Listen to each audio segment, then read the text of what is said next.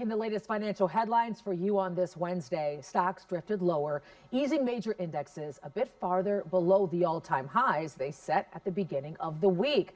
Here's a look at the closing numbers on Wall Street. The Dow Jones Industrial tumbled 171 points to 46,121. The Nasdaq dropped 75 to 22,497, and the S&P 500 shed 18 to close at 6,637. Last week, the Fed announced it will cut its benchmark interest rate for the first time this year, dropping it by a quarter point. Where those rates stand ripple through your mortgage, credit cards, and savings. Here's Sasha Bray with this, Watching Your Wallet. The Federal Reserve is the nation's central banking system, the most powerful economic institution in the United States.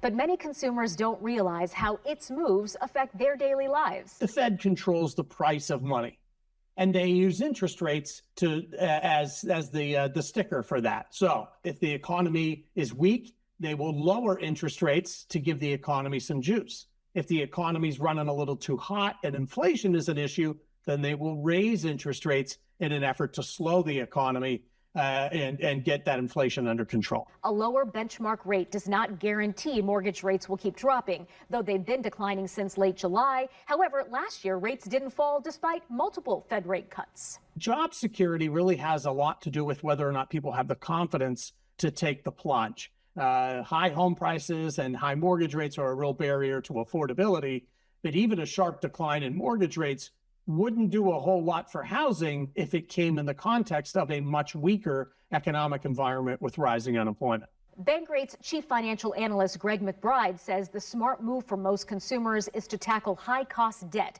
like credit cards or home equity lines and boost their savings no matter what the Fed does moving forward.